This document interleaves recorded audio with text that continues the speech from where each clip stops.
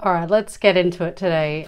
This is not part of our regular programming. In fact, I am going on a short break this week, so I wasn't going to do a video. And then good old Swatch and Omega decided that they'd release a new watch. So I thought we should talk about it, albeit somewhat briefly and on the papers, so to speak. But yeah. Right, so you guys remember it was basically this time last year, Swatch and Omega did a collaboration with the Moon Swatch. Now I really like these watches and I've done a review on them before and I've explained why. Now there's a whole argument that they may have devalued the Speedmaster. I don't know if that's entirely true, but it's definitely played on my mind recently. Particularly my wife and I were in Omega looking at a Speedmaster and she actually said that it had, and she's got a Moon Swatch as well, which she actually loves and wears. So I don't know, but anyway, yesterday they teased a new watch and they basically posted a photo on good old Instagram with a faceless dial but a gold moon, and it sent the internet into a flurry. And in fact, we need to give some of these people who do all these mock renders of watches a job designing watches, because they do a bloody awesome job. So all these gold versions of the Moon Swatch started getting posted online as like potential for the Moonshine Gold Edition, which is what they were calling it. Swatch released it, let's call it 10 hours ago, being in Australia, and it is I mean, what is it? Because it's nothing like anyone's render from yesterday. The renders of which looked fantastic and really gave a nod to the Speedmaster Moonwatch Professional in gold, which is, you know, retail, I don't know, Australian $60,000 odd, but it comes with the you know, the Ryan Reynolds had it on last year and everyone was talking about it and it was absolutely stunning. So the renders kind of were like nodding to that watch. So it doesn't look anything like that watch. In fact, guys, as you'll see in the pictures, the only thing gold about it is the little seconds hand. Yeah, it's kind of laughable, I gotta say. So it basically looks like a mission to the moon, which I'm pretty sure I should have checked before I did this video, but I think that's the one my wife actually has. But it has a gold seconds hand. And to make this even more hilarious, it is limited in its edition because it is limited to the number of seconds hands that were made apparently in a day just for this watch. So yeah, good luck with that. To say that it's underwhelming as a watch is probably an understatement. I don't think there's anything overly clever or nuanced about this watch. Would I happily have it in the collection? Yes, because I think it would be fun to own all the Moon Swatches just from a collector's point of view, right? But I think they could have had some fun with this if they had have played around with the colouring of the bioceramic to maybe give it a gold hue. Maybe they're a bit loath to do that because, of course, the blue dye kind of leaked off the Moon Swatch. That was a bit of a disaster for them, but not with the others. So, but I don't know. I mean, really? I mean, how long did it take for someone to come up with that idea, I wonder? Because, yeah. Anywho, it's a bit of a debacle in my view, but I don't know. I mean, let me know. I'm just having a look again. I don't know. I just don't understand it. I mean, they've created a watch that looks predominantly like another watch that's already in the collection, save for one very small feature.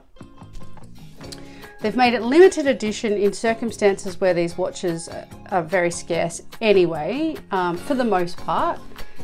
Which has created some kind of hype. Now I kind of get that, obviously, because it drives, I think, the desirability of someone wanting to must have that watch. Do you know what I mean? But I don't know, like, I don't think they needed to do that anymore. It's already still there. I mean, the prices have dropped off for them if you're going on the secondhand market, but they're still popular enough, I think, that they're driving sales. But so I think they could have just done something a little bit more original, but perhaps it's kind of like a car manufacturer. So if you think about it, and I'll get the timing wrong, but for example, a BMW, they'll change the model design every 5 years, like completely new shape, look, feel, all that stuff, right?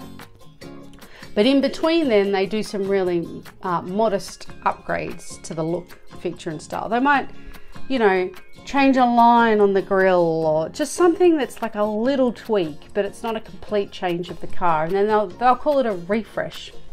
And it kind of reinvigorates interest in that model again to kind of get them to limp to the 5th year when they've innovated and actually completely changed the look and feel of the car. And it just keeps people churning through them. So I wonder whether they've taken that approach a little bit with this watch and with what they're trying to achieve here. And then maybe in another year, we get like a whole new revamp of them, if they in fact do them at all. I wonder whether it would be, rather than reinvigorating the Moon Swatch, for example, they just go with a totally different premium brand or luxury brand, whatever you want to call it, in the pyramid that's in the Swatch group.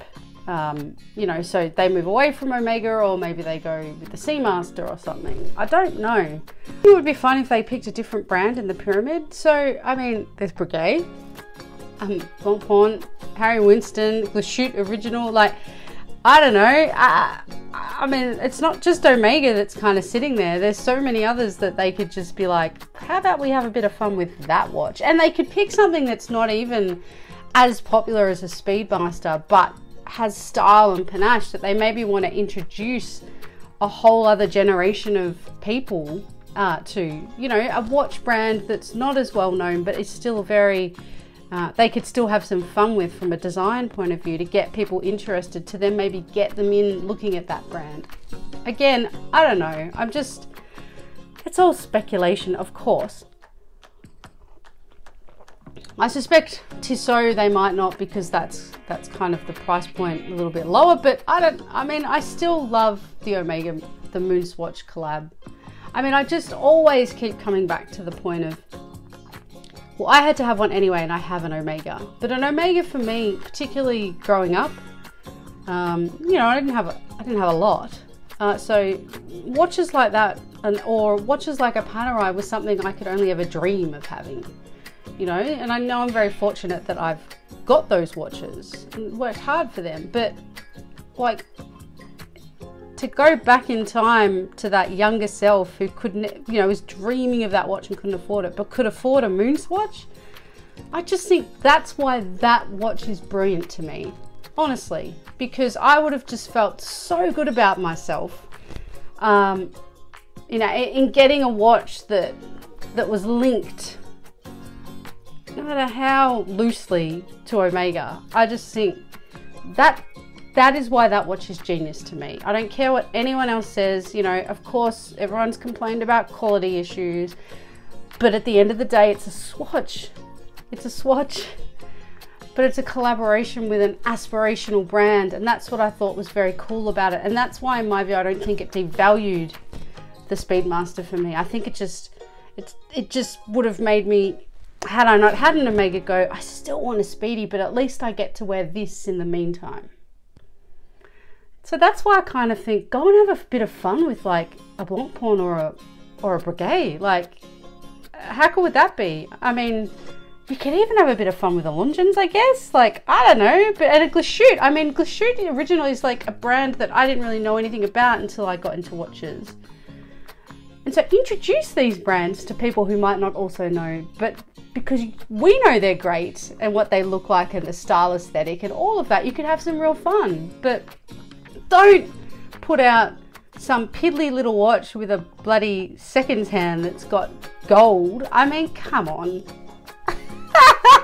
I reckon they're all having a laugh in the boardroom, like with their cigarettes or whatever. Like, honestly, I think it's hilarious. But let's see how popular they are selling today. I don't know whether we'll have like hordes outside like we did last year, but I think we'll have some keen people out there trying to get their hands on this watch. Anyway, let me know your thoughts. Have you seen it in the flesh? Please tell me if you have. Pretty sure they're not coming to Australia. Let me double check. London, Milan, and Tokyo. So no, not coming here. So save my pennies for another day, I guess. But yeah, let me know. Thanks again. Have a great week, everyone. I'll see you on the flip side.